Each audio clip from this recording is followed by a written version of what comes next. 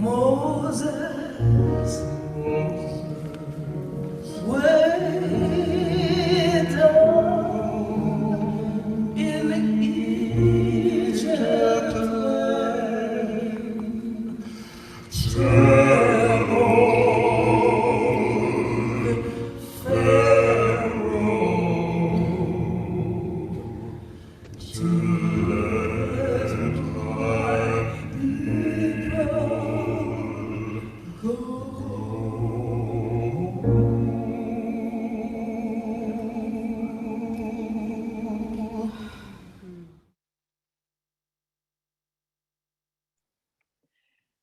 Welcome, everybody. We're really thrilled to see all of you here.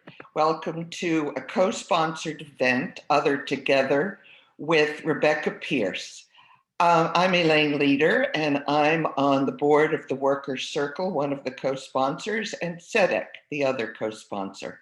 I'd like to tell you a little bit about our organizations, and then Esther Freeman will introduce Rebecca. And I'd like to note, please, if you have questions throughout, put them in the chat, and then we will get to them at the end of the talk. Rebecca's going to leave time. Just want you to know that the Workers' Circle ARBETER Ring of Northern California is one of two branches in California. We were founded by Eastern European immigrants in the year 1900, and the Northern California branch, number 1054, was founded in 1948. We promote secular Jewish culture, Jewish education, social, economic, and environmental justice events throughout the Bay Area. And we've always been part of providing mutual aid to Yiddish-speaking Jewish immigrants early on who were activists in order to form a Shena and Bessere Welt for Allah. Right now, we're doing poetry readings, and we've given grants for Yiddish cultural arts. I also want to tell you about TZEDEK, which is the Hebrew word meaning justice. We are the social action arm of Ner Shalom. Jewish social justice is a way of responding to the brokenness of our world and to inform the work with Jewish knowledge and insights. We believe in Tikkun Olam, which is repairing the world. For Jews to live a full life, we really believe that we have to involve ourselves with those who are in need now. Therefore, we are social justice advocates, and our latest activity is around the issue of voter suppression. So please check our website, because we're always posting new and updated information. And we will be back in the fall with a homelessness cafe. So I'd like to introduce Esther Freeman, who will introduce Rebecca.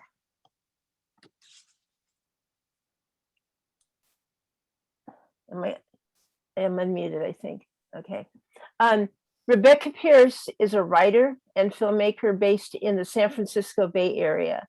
She is a resident filmmaker at the Jewish Film Institute in San Francisco, and her writing has been published in Jewish Currents, The Nation, The New Republic, and the Jewish Daily Forward. Please welcome Rebecca Pierce. Thank you so much for having me. And I want to give a special thank you to Elaine, who I take a Yiddish class with and helps bring me on board with this event. I'm speaking to you all from San Francisco on Remetosh Ohlone land in the historically Black Bayview district. And I think it's important to just mention where I'm speaking from. Before we get into the conversation today, which is a Black Jewish perspective on fighting racism and anti-Semitism, I just want to introduce myself and my background a little very quickly. I come from an interfaith and interracial family where my family is both Black and Ashkenazi Jewish. And growing up, I have family members that are Jewish, that are Christian, and that are Muslim. So I have a very diverse personal background, and that really informs my work when it comes to looking at the ways that different struggles can intersect. Today, I'm going to be sort of moving between just directly addressing all of you and sharing from a PowerPoint.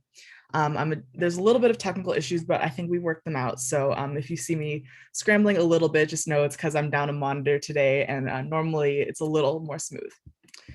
When I start out this conversation, I like to begin by defining terms. So I'm gonna share a slide that does that very quickly. So yeah, when we're talking about issues of white supremacy, racism, and anti-Semitism, it's really important that we be on the same page with what we're talking about. When I use the word Jewish today in my conversation, I'll be, addressing people and communities that identify with Judaism as a religion or as an identity.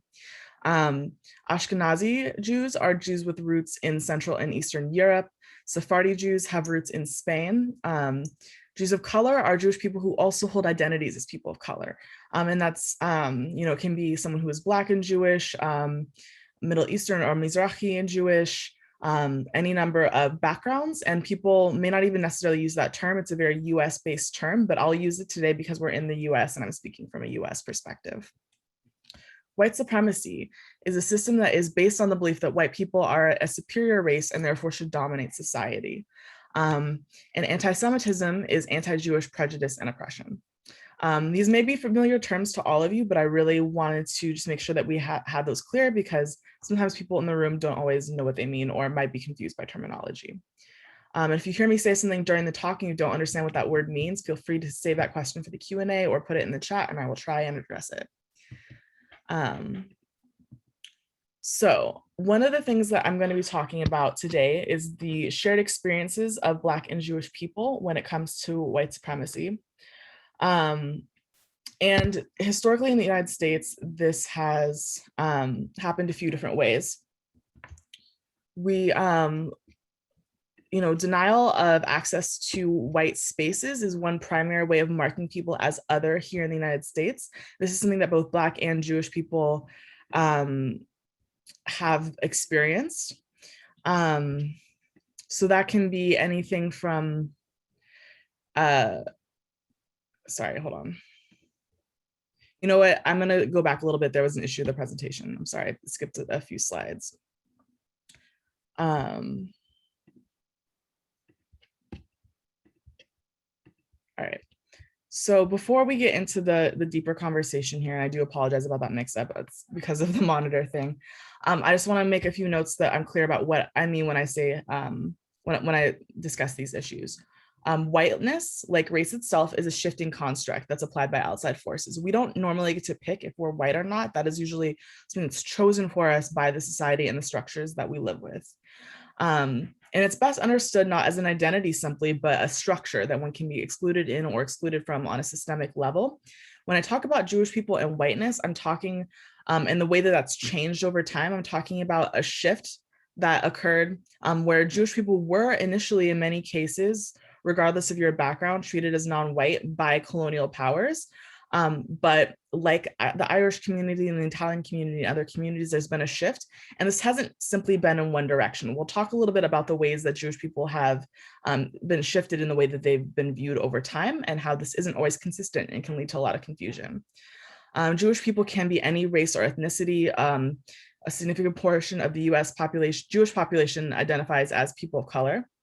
And when we talk about Jews in mainstream like conversations and culture, a lot of the time the assumption is that these are Ashkenazi Jews of a specifically European background, and it's important to know to notice this and be aware of this when we do it. And the term that's been used to describe this is Ashkenormativity, which is the idea that all Jews are Ashkenazi. I myself am an Ashkenazi Jew. I'm also a Black person, but that background is part of the influence of the position I speak from when I talk about these issues, and it's important to be upfront about that. All right, I'm just gonna keep the slides up because it seemed like there was some interest in them.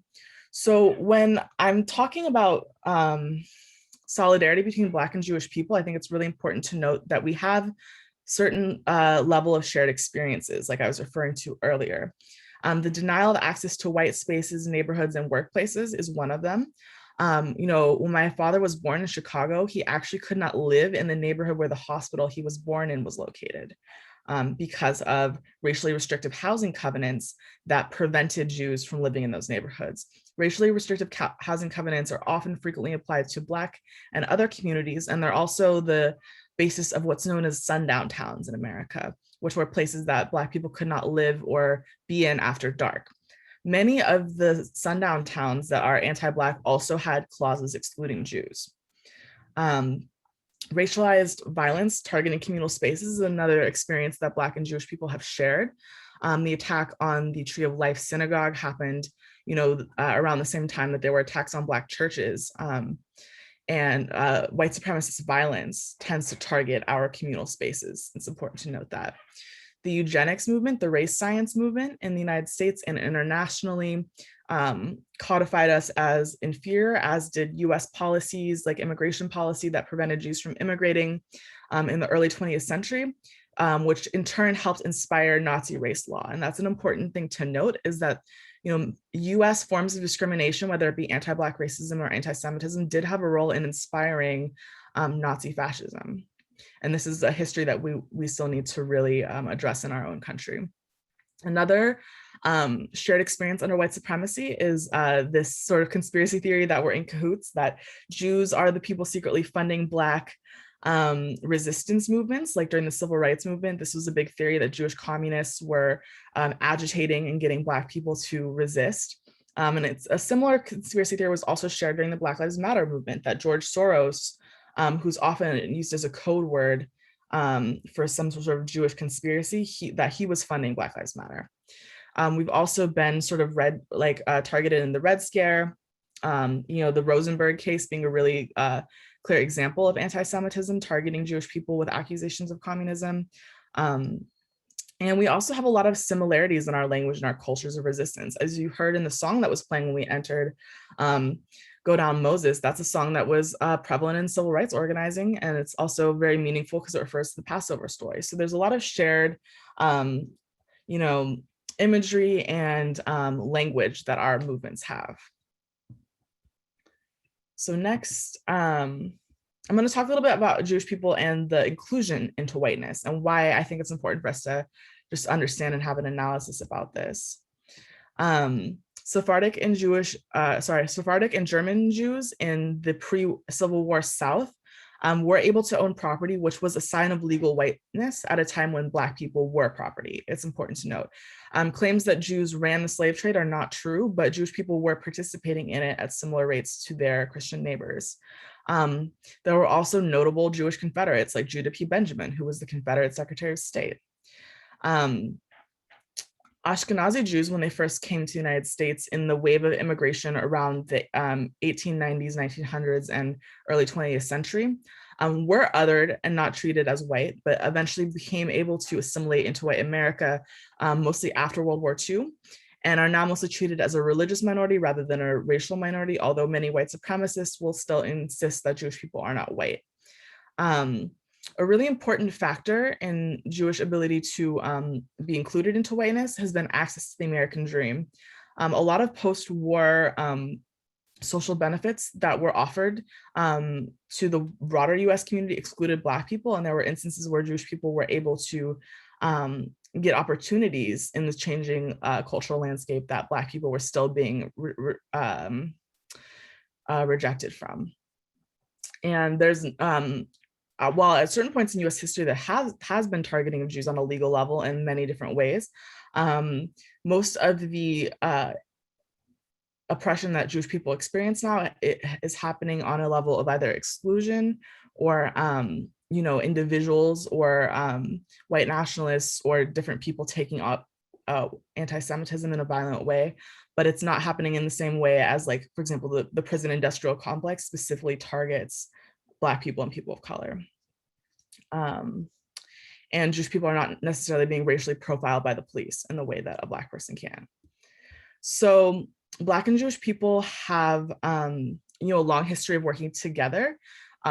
Prior to the civil rights movement, even, there were Jewish abolitionists who opposed slavery. And one person whose name I want to say today is Rabbi David Einhorn, who was a Reform Jewish rabbi in the 1850s, I believe, in Maryland, who spoke out so strongly against slavery that a Confederate mob drove him out of his home in Baltimore. And he ended up settling in Philadelphia and trying to run his Jewish abolitionist newspaper, Sinai, which unfortunately folded during that period. And while he wanted to return to Baltimore, the only way that his congregation would have him back is if he renounced politics, and he refused to do that. So he remained sort of displaced in Philadelphia out of a principled stand against slavery. There were, of course, Jewish people who supported the Confederacy, but it is really important to remember and honor our history of Jewish opposition to oppression. One case that has been really pivotal in both Jewish civil rights organizing for the Jewish community and also in solidarity with Black community is the 1915 lynching of Leo Frank. Leo Frank was accused of murdering and raping a white Christian woman who was an employee at the factory where he was a foreman. When he was in the process of being incarcerated, he was taken out of custody by a lynch mob in Georgia and killed. And photos of his lynching, like photos of Black people who have been lynched, were circulated. And this led to the creation of the ADL and has a big basis in a lot of Jewish opposition to American lynch law. Jewish philanthropists helped fund groups like the NAACP early on, and white Jewish folks also participated as allies to Black organizing, whether it be in 1964 Freedom Summer or the Selma March. It's important to remember that the Jewish people who joined these efforts, whether it be Abraham Joshua Heschel, Mickey Schwerner and Andrew Goodman, all paid very severe costs for this. What they were doing was not universally accepted in the Jewish community. Many rabbis were threatened with losing their jobs if they participated in the civil rights movement. And in the case of the Freedom Summer 3, they were killed alongside Black people. So it's important to remember that showing up for other communities does come at great risk, and it's a principled stand that people make knowing that risk. So now I'm going to talk a little bit about Jews, race, and whiteness in the civil rights movement. So like I was saying, many of the people who have participated in the civil rights movement were doing so knowing that their privilege as white people meant that if something happened to them, more attention would be paid. That's what happened in the case of Schwerner, Goodman, and Cheney. Rita Schwerner, actually, the widow of one of those killed, actually said that she really felt that the little attention would have been paid to James Cheney's death if her husband had not been a white man killed as well. But this also created some issues and tensions around sort of paternalistic attitudes towards Black people. And I think we've heard some Jewish people who participated in the civil rights movement speak very reflectively on that in the past few years about how this did lead to tensions. When we talk about Jewish participation in the civil rights movement, almost never mentioned is James McDew, who was a Black Jewish leader of SNCC. And it's really important to remember that Jewish participation in the civil rights movement did include Black people. And again, like I was saying, the majority of the US Jewish community did not participate, and those who did face backlash. And a lot of this historic solidarity was really challenged during the time of the Black Power movement, where many SNCC leaders sort of decided they wanted to be involved in primarily or Black only organizing. And also solidarity with third world movements during the Black Power era included Palestinian liberation. And this led to a lot of tensions with Jewish people in the movement who had a different perspective when it came to Israel and Palestine. And as always, our relationships are impacted by the structures of oppression that we're navigating. And that's always going to be in the room. So it's something we need to keep in mind.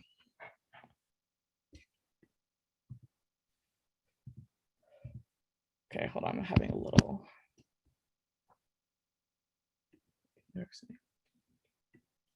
So one flashpoint issue after the civil rights movement itself was the 1968 New York City's teacher strike.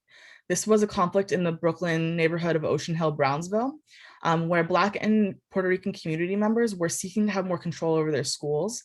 And a majority of the teachers in these schools were white, and a large number of them were Jewish. And there was a conflict over the basically the hiring and other issues of curriculum and what Black students were being taught, and the feeling that some teachers, even if they were well-meaning, were coming to the community with racial biases that impacted student experiences. There was an experiment to create a community-controlled school board, that ended up transferring 19 white teachers into under districts due to accusations of underperformance. The teachers union then went on a citywide strike, saying that this violated their rights as workers. The strike lasted for 36 days. And this conflict actually tended to be portrayed as a purely Black versus Jewish conflict in the media at the time, with many Jewish community groups sort of condemning the Black community members, saying that their opposition to the white teachers in their schools who were underperforming was because these teachers were Jewish. But this is a framing that many historians now challenge. And there were times when individual incidents of anti-Semitism were used to sort of represent or misrepresent the entire Black community as feeling that way, when that wasn't actually accurate. The fallout of this strike was that it led to an end of this experimental community control of public schools. And it gave rise to the idea of Black anti-Semitism as the specific type of anti-Semitism that is somehow worse than all other forms of American anti-Semitism that really didn't exist as a concept until this particular issue happened. And it also empowered a backlash from within the Jewish community that is rarely discussed, which is Jewish extremists like Meir Kahane, who founded the Jewish Defense League, which is a terrorist organization. He got his start in neighborhoods in Brooklyn, patrolling the areas between Black and Jewish communities, and really adding to the sort of incitement and mistrust in these areas. And he later became known for his support of Soviet Jews, also his anti-Black, anti-Palestinian statements and organization. And also it's important to note that him and Louis Farrakhan have a really interesting history as being two opposing demagogues. Louis Farrakhan being a figure in the Black community who I'll discuss a little bit in a bit. But yeah, this particular conflict did set up a lot of later conflicts between Black and Jewish communities, and also the way that they're discussed and portrayed in media. So let's talk about white supremacy in the Jewish community today. So being Black in the Jewish community, this is something that I have had to experience and seen in action.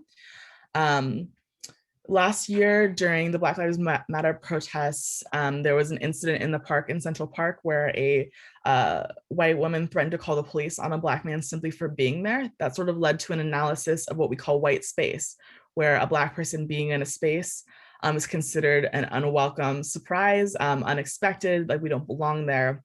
And unfortunately, some Jewish spaces can operate in this way. I have many friends, many who are like darker skinned than me, who when they go into a synagogue are assumed not to belong there. Some people have had the police called simply for showing up to pray, or face questioning about why they are there, suspicion about their Jewish identity, which is something that I've also experienced. And this is not solely happening in Jewish spaces, but it's part of how Jewish spaces can reflect issues in the broader American community.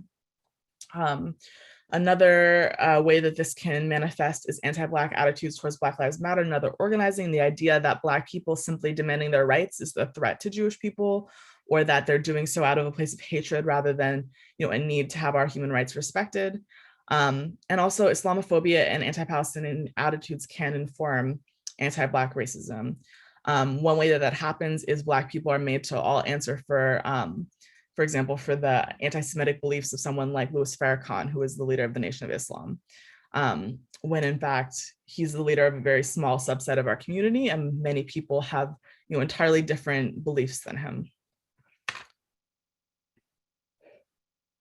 So anti-Semitism in Black communities. Just like the Jewish community has its own issues of racism that are part of white supremacy, the Black community too has our own issues of internalized white supremacy, and that can come out in the form of anti-Semitism. Anti-Semitism in Black communities has the same origin as anti-Semitism in the broader United States, which is really one of Christian hegemony. The stereotypes that I've heard as a Black Jewish person have been Jews control the banks and media, Jews kill Jesus, Christians are the real Hebrews, X group is the real Semites. And this really has its roots in Christian theology that that comes from Europe and really treats Jewish people as having given up the covenant with God when we did not accept Jesus. And it's really important to understand that this is a belief that you will also hear in a lot of white Christian communities. And so it's not just the Black community that has these issues. But they can be exacerbated by structural racism. James Baldwin has a really great article about this, which we can link to at the end. Another issue with the Black community and anti-Semitism can come up in Black separatist groups. The Nation of Islam, which is a Muslim-based Black nationalist religion, is one side of this. Louis Farrakhan's teachings about Jewish people are very anti-Semitic. Some Black Hebrew Israelite groups, which is a sort of similar Black nationalist religion that's actually based in both Christianity and a focus on the Old Testament and relating to the stories of Jewish people, can experience or can exhibit some anti-Semitic sentiments, including the idea that Jewish people are not the real Jews. But again, it's not exclusive to them. And it's important to note that within the Nation of Islam, there was a big split in which many people left and joined a more normative form of Sunni Islam. And many former Nation of Islam members have rejected anti-Semitism, including Malcolm X, who spoke very strongly against the sort of internalized racial hatreds that were happening within that movement. And there are Black Hebrew Israelites who do not subscribe to anti-Semitic beliefs, some of whom have actually converted to a form of rabbinic Judaism. Popular anti-Semitic conspiracy theories are often synthesized with a response to structural racism. You may remember that incident recently where Nick Cannon, a Black American actor and entertainer, made some anti-Semitic comments in the course of trying to make pro-Black comments. And really what that was a lot of these conspiracy theories that I mentioned earlier sort of getting muddled up in what should be language of liberation. And that can be a source of a lot of confusion for people who haven't had the opportunity to learn and understand the Jewish perspective on our identities and who we are, who can get that confused with anti-Semitic beliefs that they've internalized. And there are cases where critiques of Israeli policy turn into critiques of Jews as a people. And that's something that we should all be mindful of and reject and not internalize, speaking for myself as someone who is in the Black community. So we have a common enemy as Black and Jewish communities in the US, and one really big one is white nationalism. As I mentioned earlier, the Tree of Life synagogue shooting, along with the Emmanuel AME synagogue shooting, were both white nationalist shootings that targeted these communities because of our basically non-whiteness, or our the ways in which our communities don't fit into white nationalist supremacy. Throughout the Trump administration, he made many comments that refer to Jews as being non-American or assumed that we had dual loyalty with Israel, meaning that instead of being loyal to the country we're from, we're loyal to the state of Israel purely because we're Jews. He used, law and order rhetoric to attack Black Lives Matter organizing, the idea that Black people are inherently criminal. And these are two very old stereotypes that have lobbied at our communities that became, sort of mainstreamed by the highest office of the land during the Trump administration. The Charlottesville pro-Confederate March, which was put in place, the Right rallies was put in place to defend Confederate statues in the Charlottesville area, also chanted, "Jews will not replace us." So there was a direct link between, people trying to whitewash the history of the Confederacy to push back against Black organizing with anti-Semitism. And it's very important to note when these things are happening. Also, like I mentioned earlier, George Soros' conspiracy theories that blame Jews for orchestrating Black resistance and non-white migration to the US played a really big role in this. And we know that the Tree of Life shooter subscribed to the idea that George Soros was bringing brown migration to the United States. And we know that white nationalists like Richard Spencer and others have similarly blamed George Soros for Black organizing like BLM.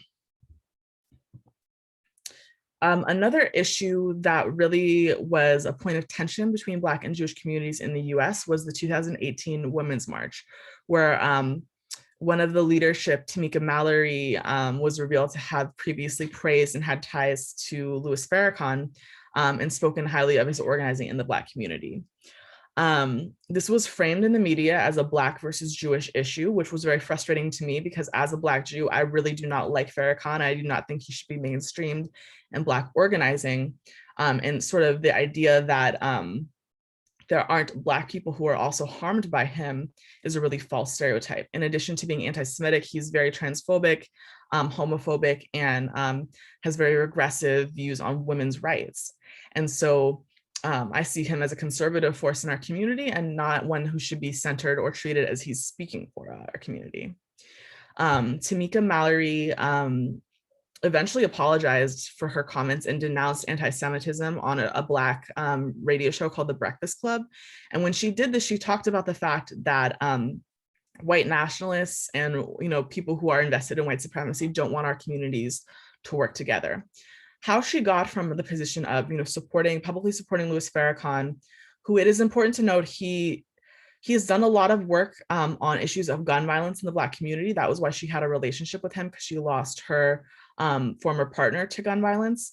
But what moved her from supporting him to criticizing anti-Semitism and distancing herself from that was intervention by Jews of color, specifically Black Jewish women and other folks in the New York City area who were involved in the Women's March. And they're the ones who pushed her on this issue and who were able to sort of break through the misunderstandings and biases at heart. There was a lot of commentary from groups like the ADL, AJC, who were weighing in and sort of pressuring. That didn't really do much to shift her position. What worked was getting her in conversation with Black Jewish people and others who were able to sort of look at why someone like her would have a relationship with Farrakhan and why continuing to praise him and uplift him in our community spaces or in organizing spaces is ultimately harmful. And by the next year, Jewish issues and Jews of color were brought front and center at the Women's March. This received very little coverage compared to the negative sort of publicity of the initial incident.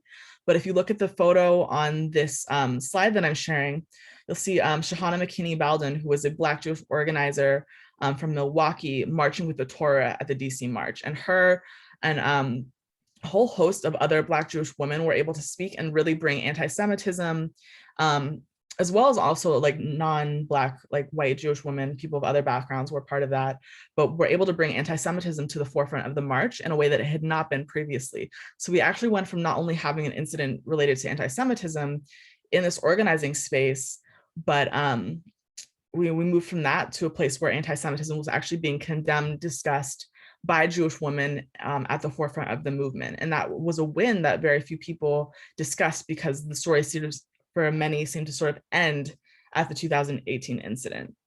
And the fallout from that controversy continues to impact our movements.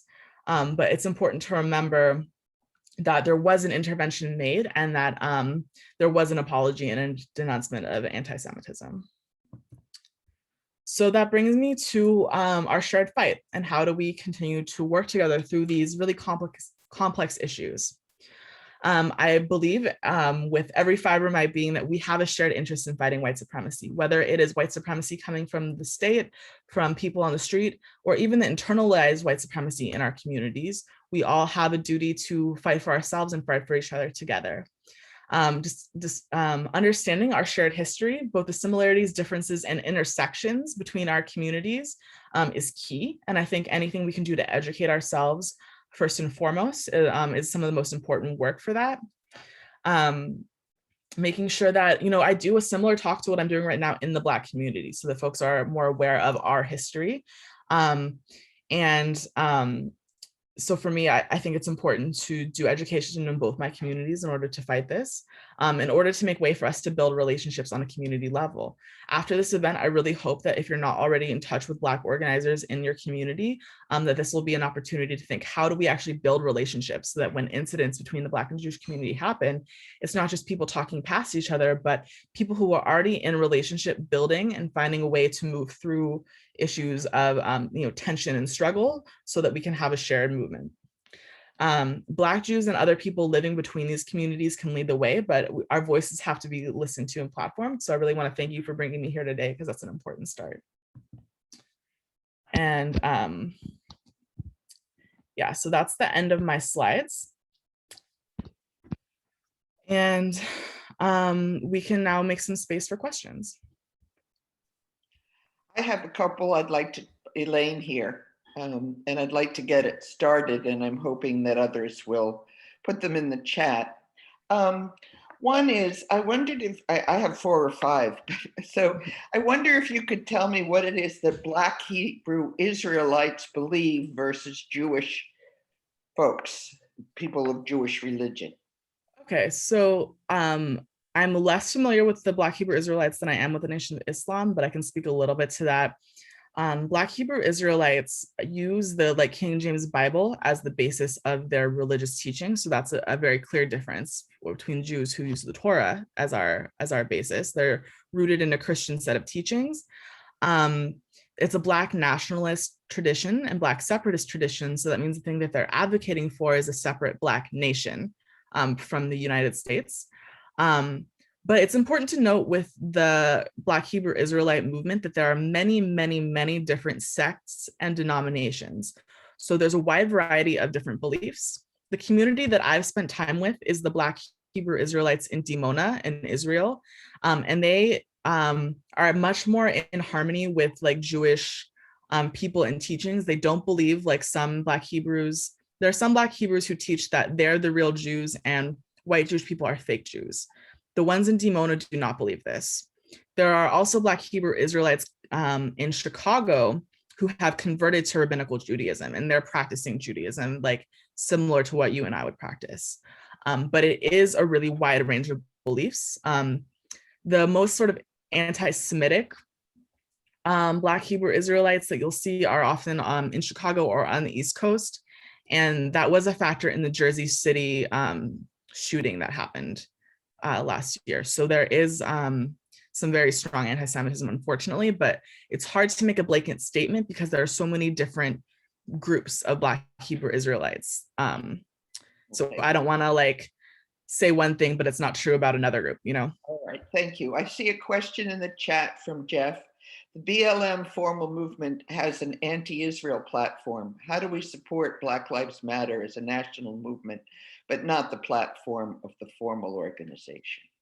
So the platform that you're referencing is not from the BLM organization. It's from the Movement for Black Lives organization, which I know that sounds very similar, but it's a different organization. The Movement for Black Lives platform is, I think, hundreds of pages actually, and there's only one small section on Israel. And the argument that they're making there is that the US invests a lot of its tax dollars into funding the Israeli military, and they would rather that money be invested in Black communities. I don't think that you have to be in full agreement with everything a movement says to support the principle of it. And I think if there's curiosity about why Black people have this position, or some Black people have this position when it comes to Palestinian rights, it's important to sort of investigate that. And the root of this movement is that we're both experiencing issues of militarized policing and mass incarceration. It's not coming from a place of hating Jews. It's coming from a place of we have a shared issue.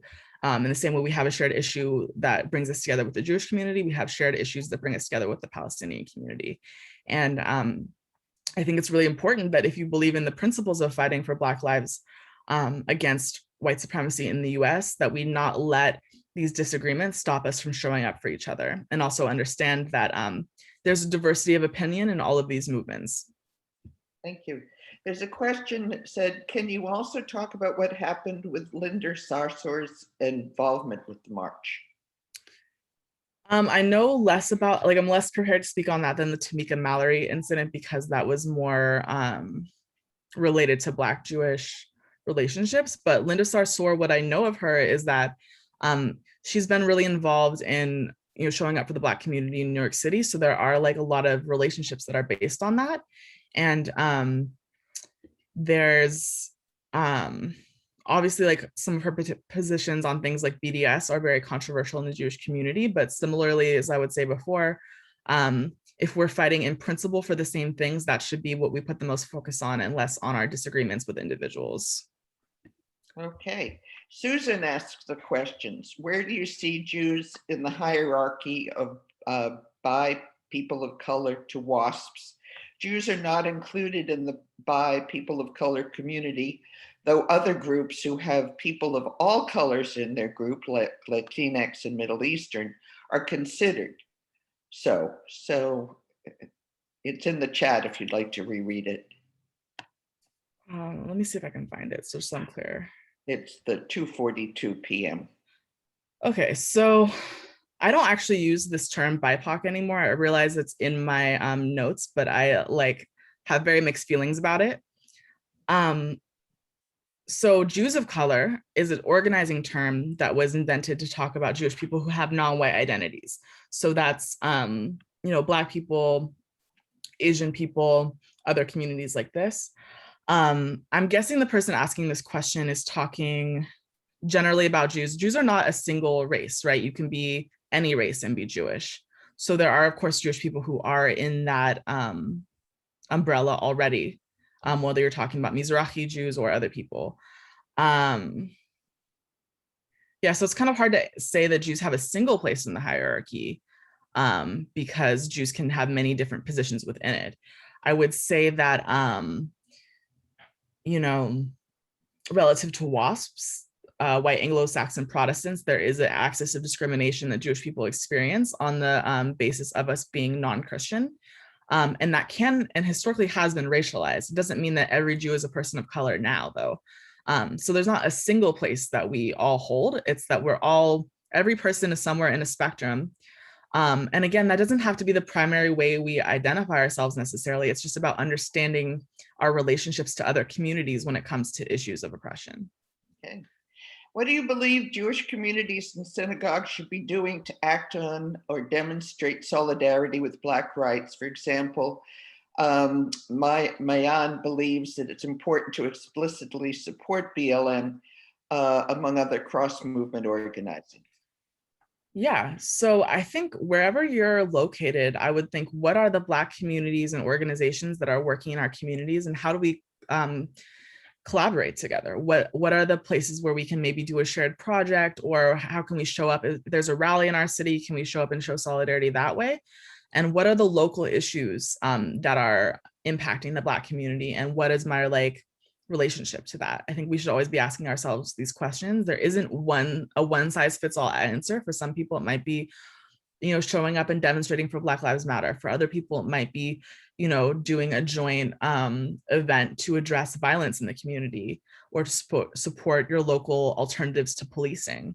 It might be doing an interfaith, event to help raise awareness about each other's issues. And, it might be doing a fundraiser for local people and organizations. I think it's really about making sure that whatever you do, you're building relationships with the Black communities in your area, and having that be the thing that leads you, and ask people what they need. Because they'll usually, a lot of times it's very easy to show up and say, here's what I'm offering. But if we take the time to ask, what do you need from me? We can build much deeper relationships that way. Are there alliances being formed between communities of color, pro-Palestinian, pro-Israeli, two-state oriented perspectives? Here's what I'll say. The issue of organizing cross perspectives on the Israeli-Palestinian conflict is really hard. I ran a campus dialogue group in college that was Israelis, Palestinians, Jewish, and Arab students all together. And that was really complex work. It's not easy at all. And for me, it was very important and generative, but not everyone's able to do that. What I will say is that having an analysis of white supremacy can actually help build more solidarity. I do a lot of work with Mizrahi and Ethiopian Jews in Israel. And while I have a very leftist perspective, we don't always see eye to eye politically, I 100% support them in their struggle against racism that they experience, and against the erasure of their identities, because many people don't know that they exist even. So it is hard to bring people together across lines in the sense of that conflict in particular, but I do think solidarity can and should cross those lines when it comes to showing up for people. And I'll never stop showing up for my Ethiopian Jewish sisters and brothers, regardless of their political beliefs, because I know that when they're chanting Black Lives Matter in Tel Aviv, that's because they're subjected to a similar system that I am here. And they need to hear voices like ours supporting them, because I know that they feel very alone. So someone here is interested in Ashka normativity. What about our own intolerance of Sephardic, Mizrahi, and Yemenite Jews? Don't we need to work internally as well as externally to attend to our Ashkenazi privilege? Yes. I agree with that. That's it? Okay. Well, I have, I've done documentaries and stuff, but I think the people best able to speak to that are Mizrahi and Sephardi people. I've done work with the Israeli Black Panther movement in Israel that addresses the history within Israel. Also, I will say that the US history of that is a little bit more complex, when we have actually a very old Sephardi history here that isn't always understood or addressed. And that history is pretty complex when you had like Sephardi Jews who were part of the Confederacy and things like that, as well as, of course, experiencing anti-Semitism and experiencing Ashkenormativity. I think that it's important also that when we're talking about Israel versus the US, there are very different racial and cultural dynamics at play sometimes. And so I think it's important to understand, like, the discrimination that Mizrahi people experience in Israel is a very real thing, and we need to understand it. It's also a little different than the US Jewish community and our issues of Ashkenormativity, which mostly have to do with how we talk about ourselves culturally, and less to do with like systemic like police brutality and these kinds of issues that are more at play in Israel. Okay. Will you discuss why Tamika Mallory criticized the ADL? I don't.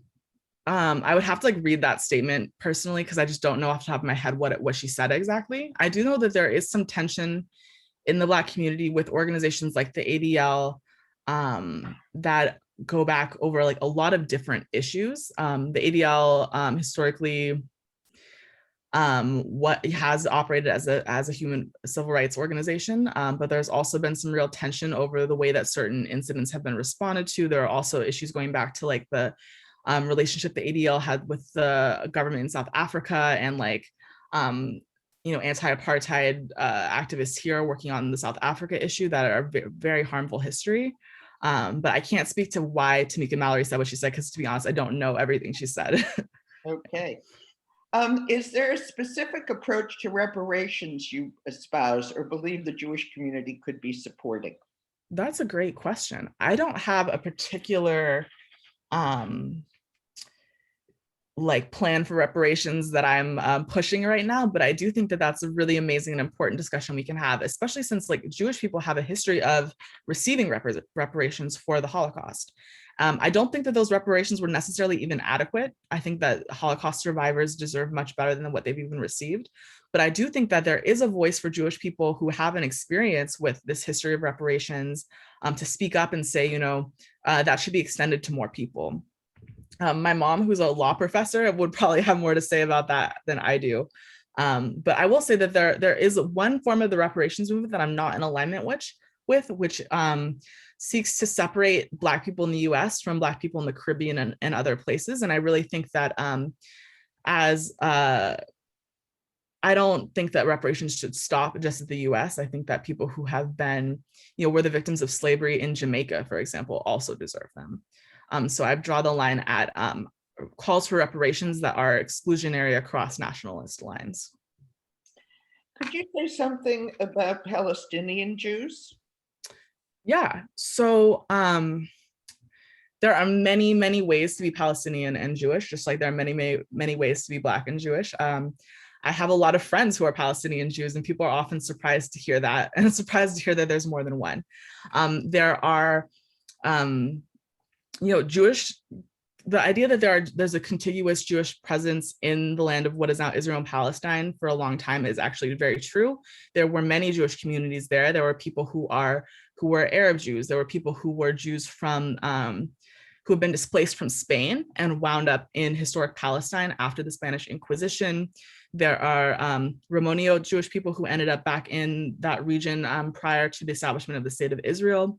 There are Samaritans who practice an ancient form of Judaism that's actually much closer to what was being practiced in the temple area than our current rabbinic Judaism. And I'm sure that there are even more communities that I don't personally know about, but the idea that Palestinian and Jewish are inherently opposed to each other is not true.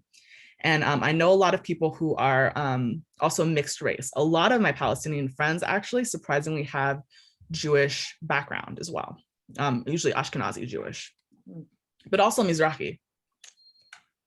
Okay, somebody else wants to return to the BLM question. Mark says he could have sworn he read a few years ago that the BLM at their national conference declared Israel committing genocide against Palestinians, although he doesn't. He despises Netanyahu, strongly opposes the policies, but genocide? So here's where, so that is, I think, again, goes back to that Movement for Black Lives platform that was released, which again is different than BLM. And I know it's confusing because people are all using the same language, but this is, you'll find the same thing in the Jewish community when we have like 3 different AJCs or whatever.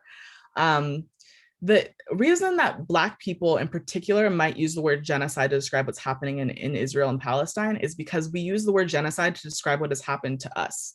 In the I forget what year it was, but there was a proposal that was brought to the UN, I believe by Paul Robeson and other leaders in the Black community, called We Charge Genocide, that was describing the history of chattel slavery as a genocidal act. The reason that it's considered that by people in the Black community is not just because of mass death, but the way that Black culture, as we were practicing in Africa, was wiped out through this process. And cultural genocide can be an element of genocide under international law. So is the separation of families. Black people experienced, our families being torn apart during slavery all the time, children taken away from their mothers. That is also considered under international law part of one of the things that can lead to a charge of genocide. When Black people use this terminology in relation to Palestinian struggle, what they're doing is relating Palestinian struggle to their own struggle. And it's not necessarily making the claim that every Palestinian has been killed, but really saying that for the Black people who view that framework as something that happened to them, they see that Palestinians as experiencing a similar level of harm and oppression that we have experienced. I also just want to mention, Reb Irwin put in the chat that on Sunday we're having a workshop on June 6th at 10, speaking about Reconstructionist approaches to reparations, and in your chat is the invitation. So take a look if you want to hear more about that.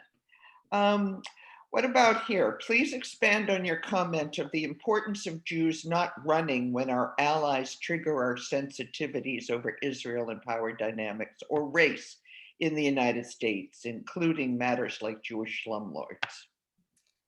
Yeah, this is a hard one. And I think, building coalitional movements for justice takes work, and it takes relationships, and it takes patience with each other. And it's obviously issues like Israel are super sensitive in the Jewish community, and there's a lot of reasons for that. But if we are committed to justice, we need to be willing to work through issues of discomfort in order to find what are the places where we share goals, share experiences, and share, want to share a future with people who are different from us. And also something I want to bring up is that a lot of the language and reactions that we have to each other, whether it's Jewish people reacting to something coming from the Black community or Black communities reacting to something coming from the Jewish community, are rooted in trauma. And that doesn't mean that it's not valid, but it also means that we're having a reaction that is related to not only what's in front of us, but also what's happened in the past. And I think it's really important to be aware of that and how that's coming into play in our interactions. And sometimes you need to take a little break and just like spend time with yourself and think through something. Sometimes you need to discuss it in the moment with the person that you're having an issue with. I really do think that issues like anti-Semitism, when that comes up, and it's very traumatic for me when I see that in the Black community, just like it's very traumatic when I see racism in the Jewish community, I always try and make an intervention in the moment, or if I'm too overwhelmed, I try and wait till later to make an intervention and then have that discussion. And also knowing that sometimes like we're not organizing around the differences we have, we're organizing around what we have in common. And that should be the thing that really leads us. But another thing I'll say is that when it comes to the Israel-Palestine issue, you don't make peace with your friends, you make peace with your enemies, right? So we can't allow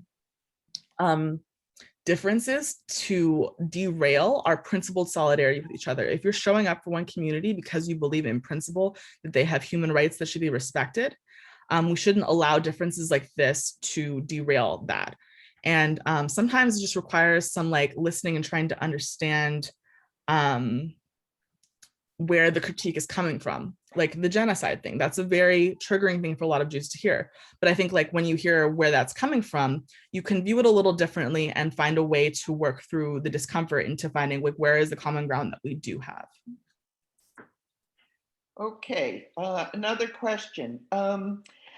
My own observation is that Black Jews are now becoming more visible. Is it my blindness, or have they been there all along? And if so, how do we find and connect with Black Jews we live in a rural area that's pretty white, so help. Yeah, so we have been here all along. You know, like I mentioned, James McDew was a Black Jewish leader in SNCC. I think that there may actually be more of us late, like in the past few decades, in part because of, you know, like mixing in between communities, and also we're more visible because those of us who felt very isolated are finding each other through the internet and other things. For many years, there was an organization that still exists, Jewish Multiracial Network, that was a Black Jewish organization that's almost entirely Black Jewish. And a lot of our organizing was happening in spaces like this where it wasn't visible to the rest of the Jewish community because we were in a Black space. Now, because of Black Lives Matter and also movements like Not Free to Desist, which is trying to empower Jews of color voices in synagogue and Jewish spaces, we're getting more visibility. But I would like really look into like regional organizations and organizing that's maybe happening on a little bit of a larger scale, especially if you're in a rural area where there may just not be very many Black Jews. But Bechol Lashon is one California-based organization that's doing a lot of work with this, and they might be good people to reach out to find out like what is going on in your community, and if there are individuals maybe who don't have a congregation or are looking for more of a community who can be connected to you. Okay. Could you define some of the acronyms you've been using, like ADL and SNCC? Some people don't know those terms. So ADL is the Anti-Defamation League, which is a Jewish organization that was founded after the lynching of Leo Frank. A lot of their advocacy now is on anti-Semitism and also like Israel advocacy. SNCC is the Student Nonviolent Coordinating Committee. They're the organization that led the student lunch counter protests during the civil rights movement. They led the freedom rides, and they organized Mississippi Freedom Summer, which is when Schwerner, Goodman, and Cheney were killed. Okay. Anybody else want some others defined? Yeah, any other acronyms? Okay. So I've experienced erasure of Jews as multi-ethnic, multicultural when Israel is lumped together with dominant white colonist movements. Of course, solidarity with people of color is primary. I don't think it should be polarized as white Jews is synonymous with dominant white culture. I'm wondering about your analysis. Hopefully I made some sense in this question. I'm trying to make sure I understand it. Sorry, I'm reading it. Because there's a couple different points in here.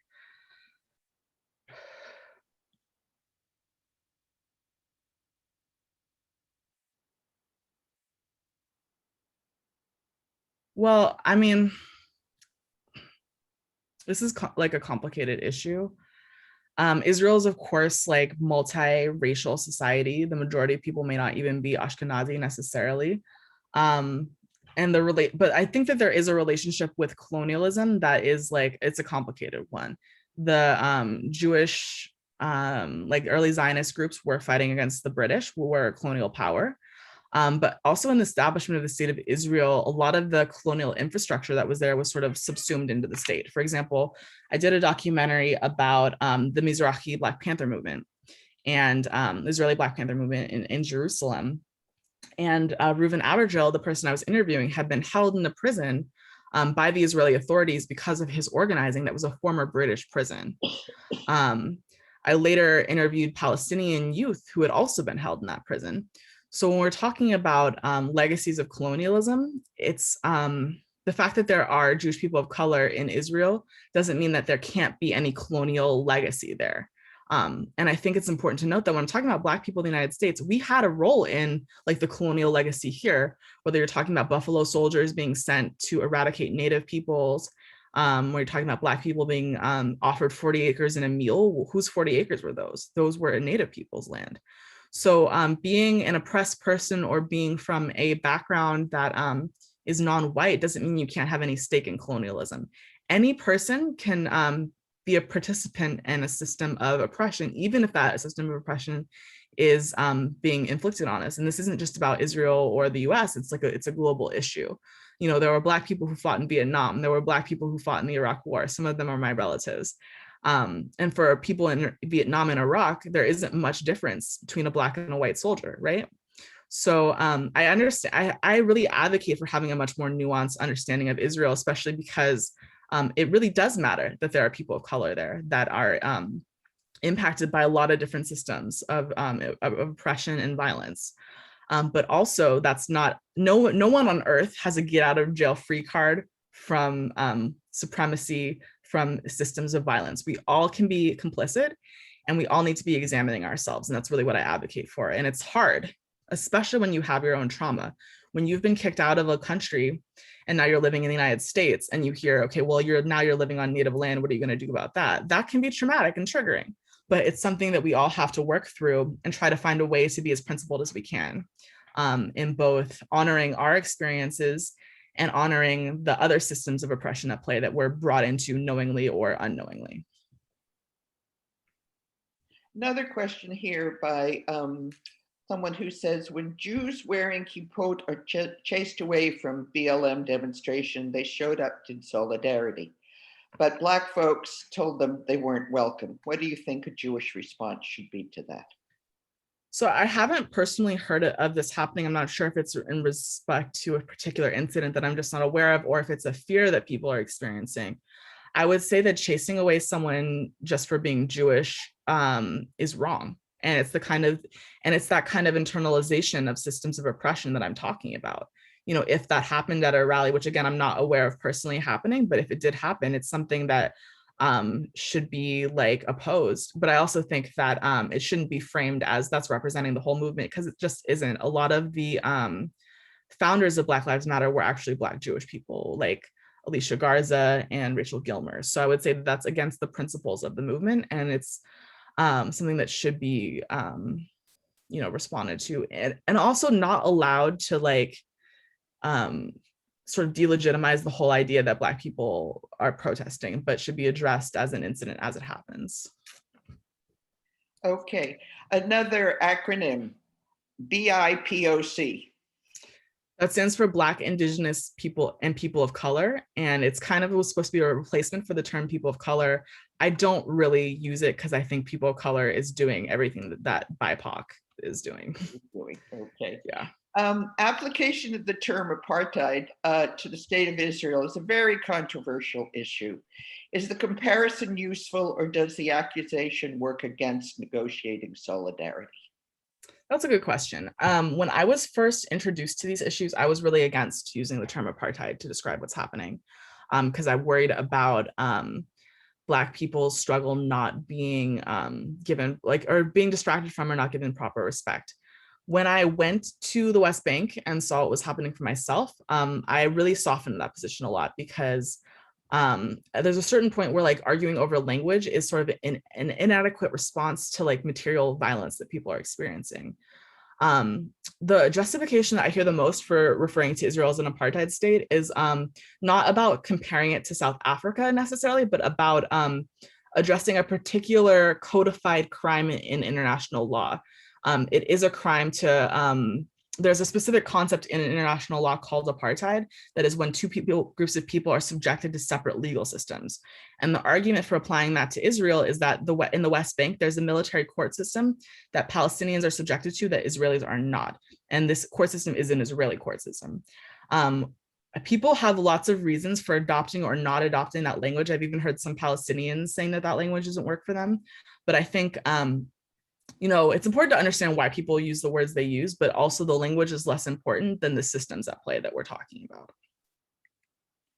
How about others? I've run through most. Oh, here's one. I've heard that Indigenous people say they don't feel included in how most people view people of color, thus BIPOC.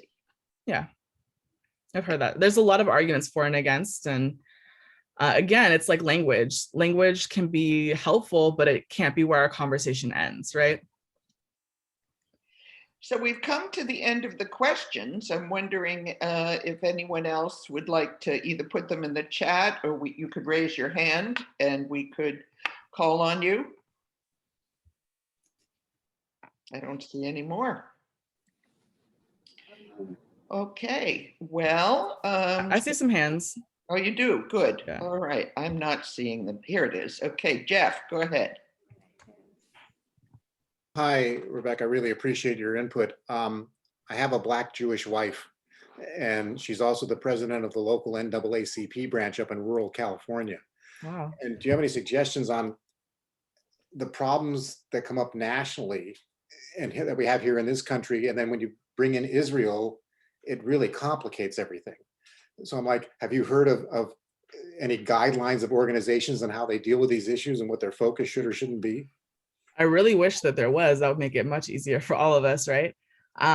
I think all I can really say is just try to be understanding that the reason that people are, for example, the reason that there's Black Palestinian solidarity is the same reason that there's Black Jewish solidarity. It's because people have found common cause. And the US, as Jewish people, we have a relationship to what's happening. And also the US spends a lot of money on this conflict. And so it's not unreasonable that people want to talk about it. And I think it's just the extent to which we allow that to be a barrier to our other work is sometimes that's the only thing we have control over. So that's what we need to focus on, is how do you build with people? And I also think that, like, if there's something you're hearing and you don't understand it, taking the time to try and ask questions like you're asking me, but like asking in everyday life, trying to understand where people are coming from instead of assuming that it's just from like hate or anger or a negative place, can really help illuminate some of the issues here. And I do think that, like, understanding Israel better, including the differences within Israeli society, can help us respond to those issues in a more principled way. Okay. What about your other work, your documentaries? Yeah. And could you give us access to your website, or how can we be in touch with you? That's been asked by a few folk. So I have a website, RebeccaPierceFilms.com. I'll post it in the chat. It's just posted. Okay. My main documentary project right now, is about African asylum seekers in Israel. I was filming there between 2015 and 2018, documenting the protest movement of refugees who are non-Jewish refugees from Sudan and Eritrea, their experiences in the Holot Detention Center, and their protest against Netanyahu's deportation plan. A big focus in this documentary is the solidarity between African refugees and their Mizrahi neighbors, as well as Palestinian citizens of Israel who were living in a lot of those communities. And it's really about exploring, like, what does it mean to live in a pluralistic society, and what does it mean to advocate for a pluralistic society. Also working on a book project that's very similar to the talk that I gave today. And what else? Oh yeah, and I'm doing a video about Jews of color in my synagogue because I think that's important and fun. Okay, I think Sabra had a question. Sabra, we'll unmute you and you can ask your question. Go ahead. I just wanted to clarify that what I was asking was the people on the ground in the moment when they're being chased away. What do you think would be, if you could sort of puppet them for a minute in a way that you think would have been the best response? What do you think that, if you had a magic wand and you could have them respond in that moment, what would that response look like? Well, because I don't know enough about this incident, it's hard for me to say what people who are experiencing it should have done. And I'm very careful. Every time I talk, I'm very careful. I try not to be prescriptive. I'll be like, this is what you can think about. This is what you can ask. But I try not to tell people who are in a situation that I've never been in what to do. I would say that just to try, and again, I don't know what led up to this incident. What was the issue? Was it, Kippot? Was it something else that was going on that, like, I don't understand? So it's very hard for me to respond. But I will say that, like, when I experience, for example, I've experienced racism from Palestinians, I've experienced anti-Semitism from other Black people, I've experienced a lot of harm from people who are also oppressed. I just try and understand, I take the time to feel what I need to feel to be okay, to be safe. but I also try and understand it as this isn't about me. This is about internalization of false narratives that separate people. And so my commitment to solidarity is stronger than other people's trauma and misuse and misresponse to things. But I'm not going to tell people who are in a situation that I've never been in what to do, because for me, that would be an arrogant thing. But I would just say that sounds like a very painful thing. And I just hope that I hope that they would be able to understand that the same way, you know, a good friend of mine who's Black was chased by an Orthodox mob in Brooklyn for carrying a Torah because he was assumed that he wasn't Jewish. He understood where that trauma came from, even as he was like really against the racism that came out of their assumption, right? So I think it's just like trying to hold space for people, even when we feel like we're being wronged. And this is not an argument to accept bad behavior, but it is like, if solidarity is your commitment, to understand that the issues that we're fighting are bigger than our individual conflicts. Rebecca, I have a question. This has been really beautiful Torah today. I'm really grateful. And we've been really in the realm of political coalition building and all of this stuff. I'm wondering if you might be willing to share a little bit more personal about your upbringing, what it was like growing up Jewish and Black, as being, harmed from everyone. Like what was the fullness of that? If you could say a little bit more of the fullness of the experience and how it's got. Totally. So, where to start? I mean, I'm always very on the fence about how much to talk about my personal story. I grew up in a house where like my Jewish family is pretty secular. So the Jewish experiences that I had growing up were in the home versus in a synagogue most of the time. My mom's best friend is Jewish. So, and she, even though my mom is a Black Christian, she really went out of the way to make sure that I had a Jewish upbringing and Jewish understanding, usually by taking me over to her best friend's house when like she couldn't personally offer something to me. So for me, like, I grew up going to Seders and really relating to that because my great grandfather was born a slave. And so the idea of moving from slavery to freedom is not, it's not an abstract concept. It's something that happened, in the living, not currently living, but when I was growing up, the living memory of my family, right? And so like,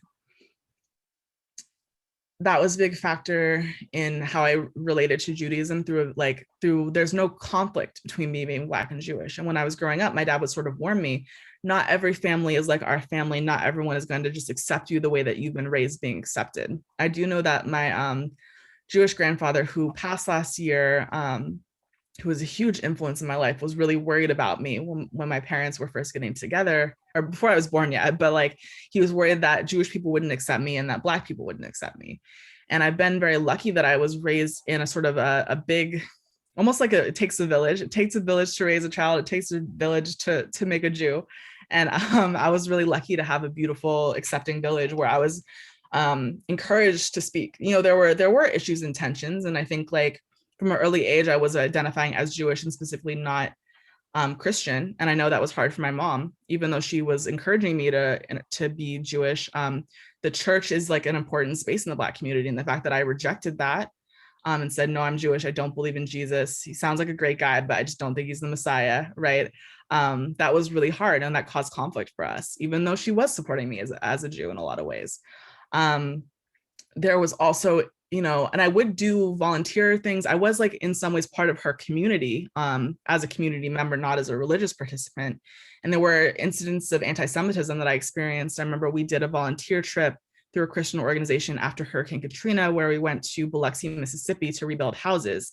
And there were people there who were members of the Missouri Synod Lutheran Church, which is a very anti-Semitic church. And when they heard there's a Jewish girl here, they were whispering about me and talking and saying, why is she here? What's she doing here? And I would hear language like, we're here to teach people. We're here to like build people's houses and teach them about Jesus. We're not here to kike them out. Someone said that in front of me. So I did experience anti-Semitism in Christian, and this was not Black Christians. This was a white Christian church. I did experience anti-Semitism growing up. I was about 16 when that happened. And it was really, really hurtful. And also a lot of pressure when people, when you're young and you say you identify a certain way, people don't always want to believe you. So there was some kind of pressure to be like, why don't you just try Christianity a little bit more and maybe it'll work for you? And I was like pretty clear that it didn't, but there was that kind of pressure.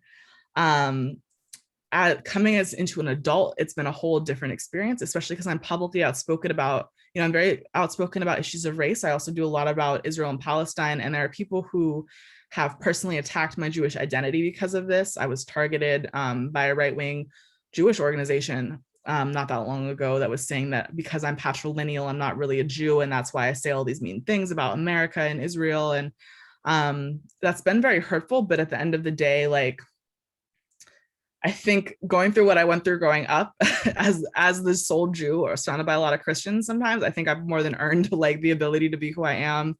And I'm part of a religious community. So you can argue about me all day, but like my rabbi is the one with the final say, and he says I'm Jewish. So what are you gonna do? But and there has been other issues of like in the Black community, people not responding well to me as a Jew.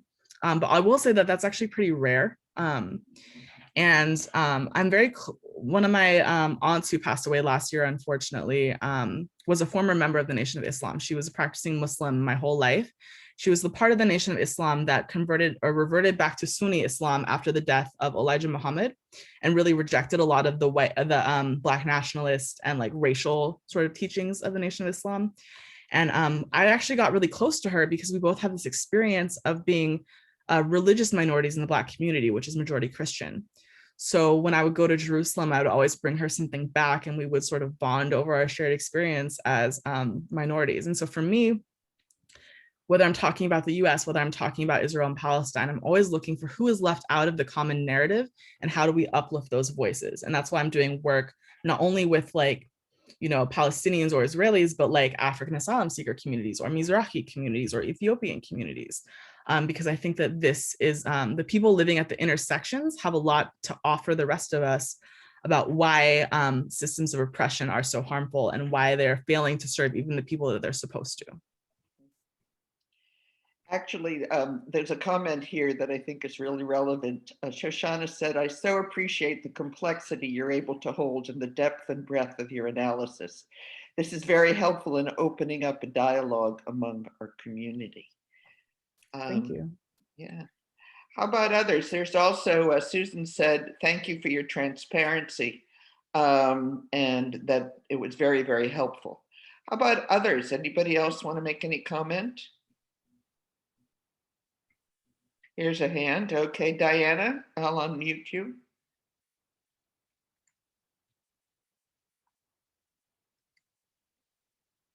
Okay. There you go.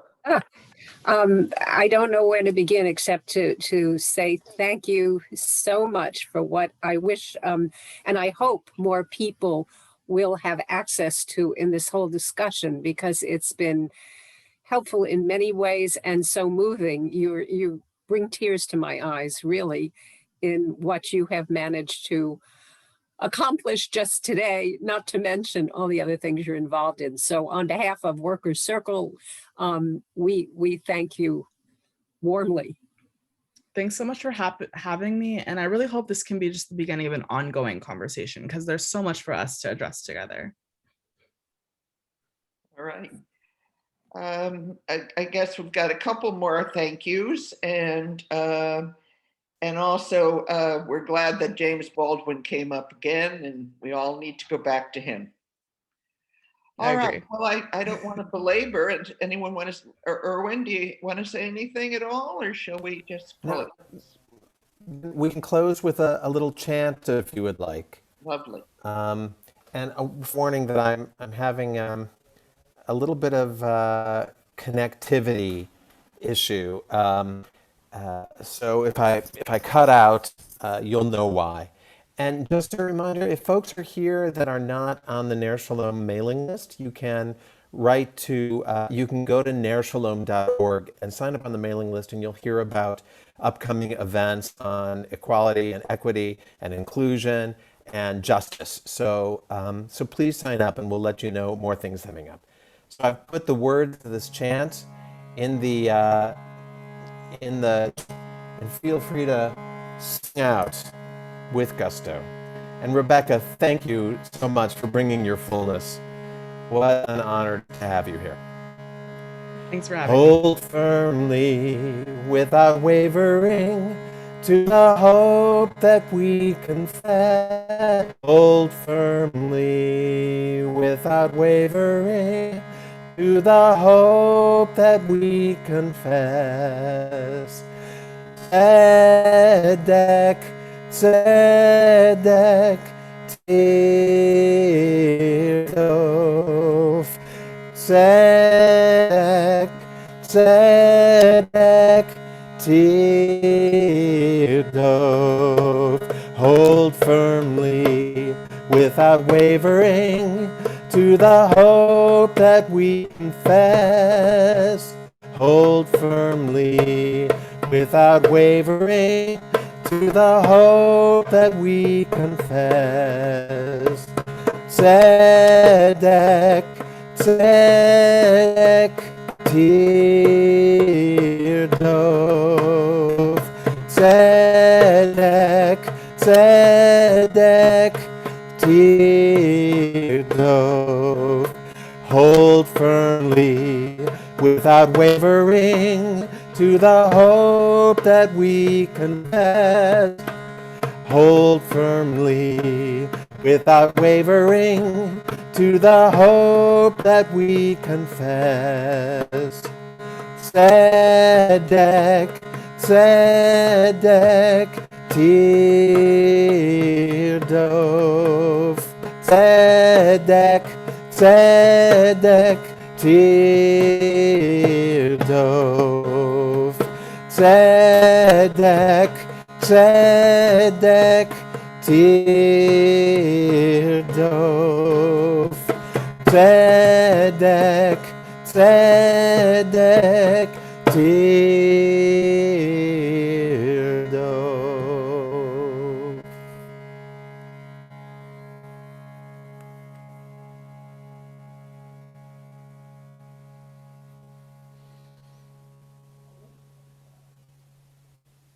Thank you all for covering.